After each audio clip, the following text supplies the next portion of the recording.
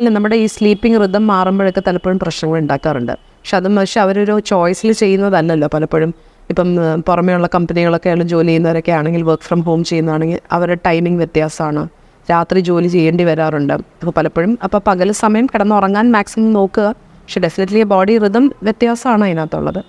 അപ്പം എന്നും കൃത്യസമയത്ത് ഉറങ്ങുക, കൃത്യസമയത്ത് എഴുന്നേൽക്കുക, ഇതൊക്കെ എപ്പോഴും വളരെ ആ ചിട്ടകൾ എപ്പോഴും ഈ മൈഗ്രെയിൻ ഉള്ള വ്യക്തികൾക്ക് നല്ലതാണ്. ആ ഒരു നോർമൽ റുട്ടീനിൽ നിന്ന് വ്യത്യാസം വരുമ്പോഴാണ് പലപ്പോഴും ഇവർക്ക് ബുദ്ധിമുട്ടുകൾ വരുന്നത്.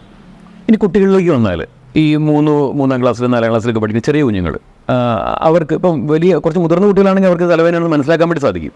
ഇത് ഈ കുഞ്ഞുങ്ങൾ തലവേദനയാണ് അല്ലെങ്കിൽ അത് പറയുമ്പോൾ ഈ കുട്ടികളുടെ തലവേദനയുടെ ഒരു കാരണങ്ങളും അല്ലെങ്കിൽ അതെങ്ങനെ കണ്ടുപിടിക്കാൻ സാധിക്കും? ചെറിയ കുട്ടികളാണെങ്കിലും പറയും, അല്ലെങ്കിൽ അവർ അനങ്ങാതെ കിടക്കുക, ഛർദ്ദിക്കാൻ വരിക, അതെന്നൊക്കെ അവർ പോയി കിടക്കുക, അല്ലെങ്കിൽ അവർക്ക് ഉത്സാഹമില്ലാതിരിക്കുക, ഇതൊക്കെ പറയാം. ഇപ്പോൾ ചെറിയ കുട്ടികളാണെങ്കിലും മൈഗ്രെയിൻ നമ്മൾ കുഞ്ഞുങ്ങൾക്ക് വേറെ രീതികളും മാനിഫെസ്റ്റ് ചെയ്യാം. വേദന മാത്രം ആവണം എന്നില്ല.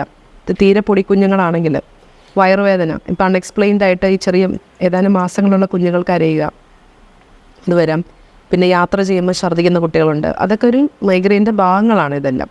പിന്നെ ചില കുഞ്ഞുങ്ങൾക്ക് തലകറക്കമായിട്ട് വരാറുണ്ട് വളരെ ചെറിയ പ്രായത്തിൽ. അത് നടക്കുമ്പോൾ വീണ് പോവുക. അപ്പം അങ്ങനെയുള്ള പല ലക്ഷണങ്ങൾ. ഇപ്പം തലവേദന മാത്രമാവണം എന്നില്ല ഒരു മൈഗ്രെയിൻ്റെ ലക്ഷണം. മൈഗ്രെയിനിൽ ഡെഫിനറ്റായിട്ട് ബാലൻസ് പ്രശ്നങ്ങളും അത് കുഞ്ഞുങ്ങളിലും കൂടുതലായിട്ട് നമ്മൾ കാണാറുണ്ട്. ഈ തലവേദന മാത്രമല്ലാതെ വരുന്നത്. പിന്നെ കുഞ്ഞുങ്ങളിൽ ഡെഫിനറ്റ്ലി ഇപ്പം നമ്മൾ ഇപ്പോഴത്തെ ഒരു ശൈലികളനുസരിച്ച് കൂടുതൽ സമയം മൊബൈൽ, TV, ഇതെല്ലാം പ്രശ്നങ്ങൾ ഉണ്ടാക്കാറുണ്ട്. കാഴ്ച സംബന്ധമായ പ്രശ്നങ്ങൾ എല്ലാം.